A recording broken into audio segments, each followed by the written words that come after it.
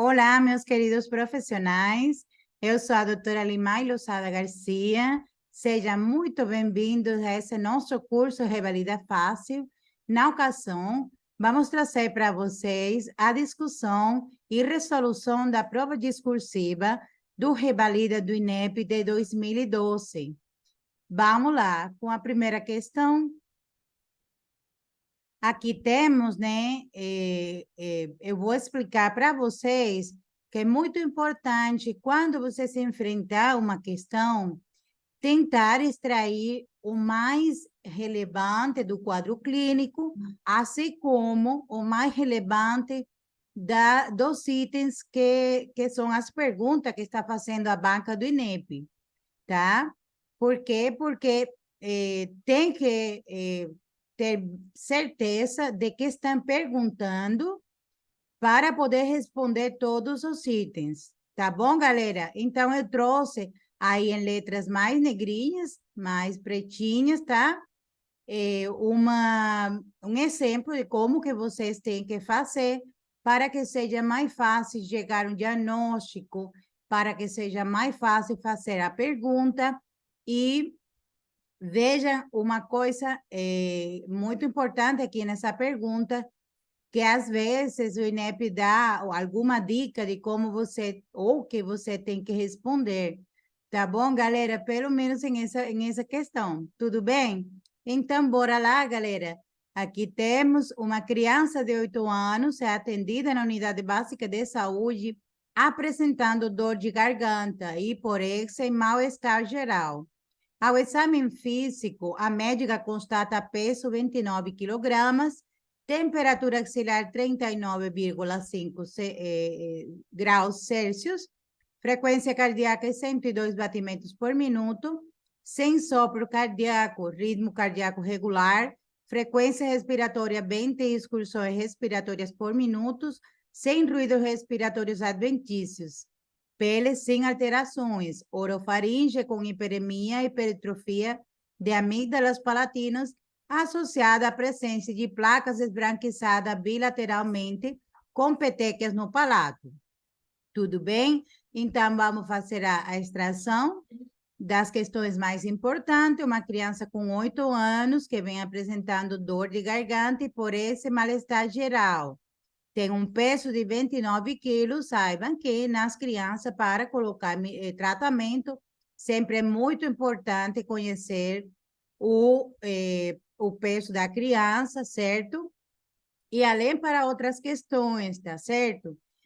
Além disso, temos aqui uma febre, né, 39,5 graus Celsius, e temos também o resto do exame físico normal, e temos orofaringe com hiperemia, hipertrofia das amígdalas palatinas associadas à presença de placas esbranquiçadas bilateralmente com petequias no palato.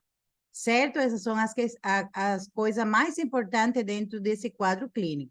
Então, veja bem, aqui a banca pergunta, o item A, qual é o provável diagnóstico, tá? Com um valor de 2,5 pontos, tá? Que todas elas vão ser avaliadas do mesmo jeito, 2,5 pontos. O item B, veja bem, diz a médica fez a prescrição de um antibiótico em dose única para a criança. Isso já dá um direcionamento do que pode ser, tá bom? Então, pede para nós, cite qual foi o medicamento, a dose recomendada e a via de administração. Vejam bem que é só uma pergunta, mas aqui você tem que fixar que você tem que responder não somente o nome do medicamento, também tem que colocar a dose recomendada e a via de administração. Tudo bem? Vamos prosseguir. O item C fala aqui que a mãe da criança relata que a filha tem esse quadro de repetição e está com medo de que a mesma já esteja cometida por alguma doença grave associada a esse quadro, tá? Essa é uma dica importantíssima, né? A médica ao tranquilizar a mãe, explica. Essa é uma outra dica mais importante ainda. O que a médica está falando para a mãe.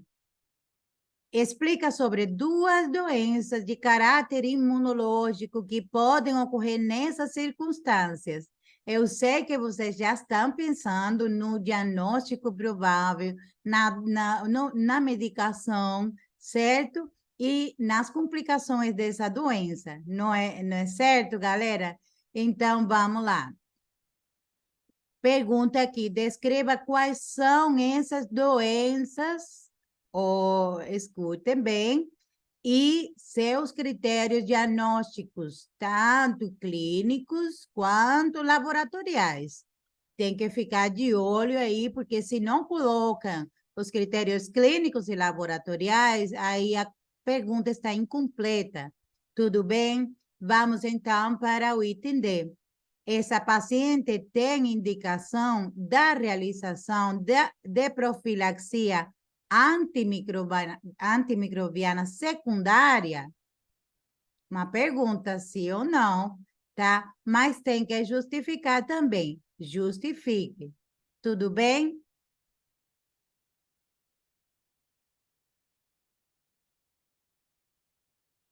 Então, vamos lá já responder o primeiro item. Olha aqui quantas alternativas que você poderia ter falado. A mesma doença com diferentes terminologias, mas é a mesma doença.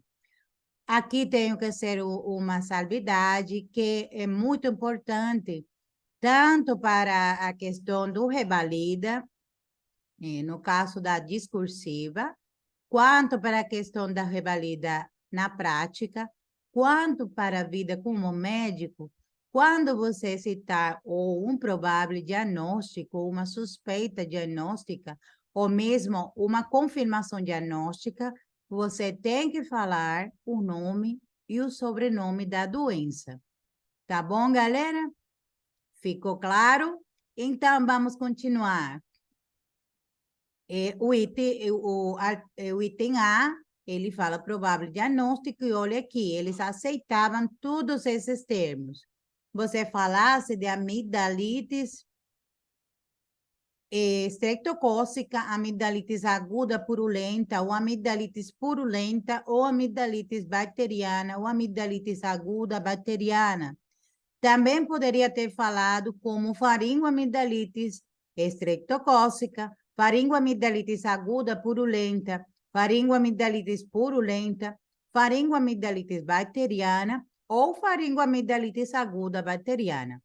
Todas essas formas de falar da mesma doença eram aceitos. Tudo bem? Então, bora lá. Vamos para o item B. A médica fez a prescrição de um antibiótico em dose única. Qual é? Está falando da resposta. Cite qual foi o medicamento, a dose recomendada e a via de administração, certo? Então, aqui, qual é o medicamento? Com certeza, penicilina G benzatina, tá? Mas você poderia ter colocado penicilina benzatina, penicilina benzatínica, benzipenicilina ou benzetacil, que é o nome comercial. Agora, qualquer uma dessas que você colocasse, tinha que colocar a dose recomendada e a via de administração. Então, eles aceitavam que você colocasse que crianças acima de 25 quilogramas, a dose recomendada é de 1.200.000 unidades internacionais por via intramuscular, ou também poderia colocar por via IM, tá bom? Tudo bem? Vamos então para o item C, que estão perguntando aqui que descreva quais são essas doenças e seus critérios diagnósticos clínicos e laboratoriais. Já vocês conhecem que uma faringoamigdalites aguda bacteriana tem como complicações se maltratada, né, com duas doenças imunológicas, principalmente, que são a febre reumática e a glomerulonefrite pós-estreptocócica. Lembrando que essas duas doenças estão intimamente relacionadas com a faringoamidalites bacteriana maltratada, certo? Que ela é causada por o estreptococo beta-hemolítico do grupo A, o estreptococo piógene, tá bom? Que consegue danhar os órgãos, sistema de órgãos do nosso organismo, se ele não é eliminado totalmente da circulação sanguínea, tá bom, galera? Então, você podia ter colocado também glomerulonefrite difusa aguda, tá? GNDA, ou glomerulonefrite aguda, eles aceitavam também, certo? Bora lá. Agora, para o diagnóstico de febre reumática, vamos ver a parte clínica, né? São utilizados critérios de Jones, de 1992, modificados, sendo critérios maiores e menores. Dentre os maiores, temos, né, a cardite, tá certo? A artrite, a coreia de Sydenham, eritema marginado e nódulos subcutâneos. Tá bom? Lembrando que a febre reumática lame as articulações e morde o coração. Tá certo, galera?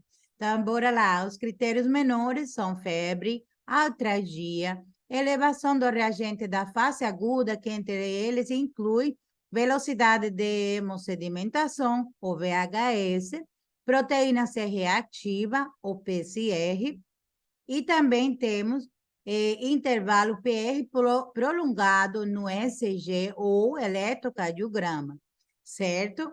Então, para o diagnóstico da glomerulonefrite difusa, ou glomerulonefrite difusa aguda, ou glomerulonefrite pós-estreptocócica, ou glomerulonefrite aguda, como era a que eles aceitavam colocar esses termos aí, clinicamente com a triade clássica, que era edema, certo?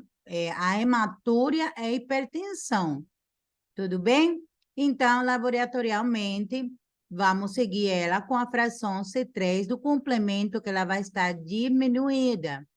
Tá bom? Lembrando que a fração C3 do complemento, ela vai servir tanto para o diagnóstico quanto para a evolução da doença.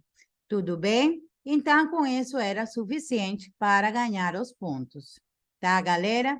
Então, o item D estava perguntando se essa paciente precisava de profilaxia antimicrobiana secundária e tinha que justificar porque você falava sim ou não. Com certeza já você sabe que não precisa, essa paciente não precisa, tá bom? A profilaxia secundária vai estar indicada quando o paciente já tem diagnóstico de febre reumática e para glomerulonefrite difusa aguda, ou glomerulonefrite pós-estreptocócica ou glomerulonefrite aguda. Essa é a resposta que a banca queria que você colocasse, tá bom? Uma outra alternativa que você poderia colocar era não se indica a profilaxia secundária. Tudo bem? Também eles aceitavam, mas um diagnóstico mais, ou seja, uma resposta mais acertada seria colocar certamente, tá? Que somente está indicada para febre reumática e para glomerulonefrite difusa aguda em pacientes com a presença do estreptococo beta-hemolítico do grupo A. Tudo bem, galera? Então, foi do seu interesse? Então venha conosco a continuar descobrindo como caem os diversos temas discursivos e objetivos com o nosso curso Revalida Fácil. Estamos aguardando por vocês. Com o Revalida Fácil é fácil, tá? Até mais!